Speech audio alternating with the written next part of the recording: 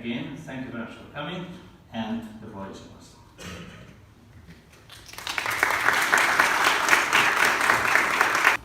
I want to start things off a little bit differently.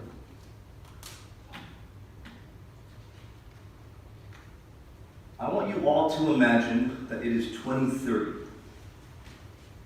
New technologies have transformed the world of geopolitics. The world is unlike anything that we've seen before.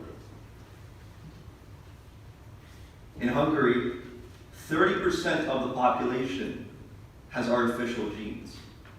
These are genes that people can buy in labs and stores that give them enhanced intelligence, immunity to certain diseases, even longer life.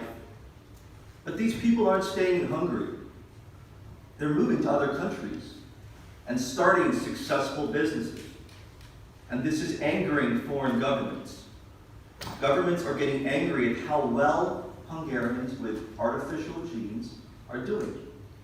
And some countries have even started to ban Hungarians with artificial genes from entering the country. At the same time, artificial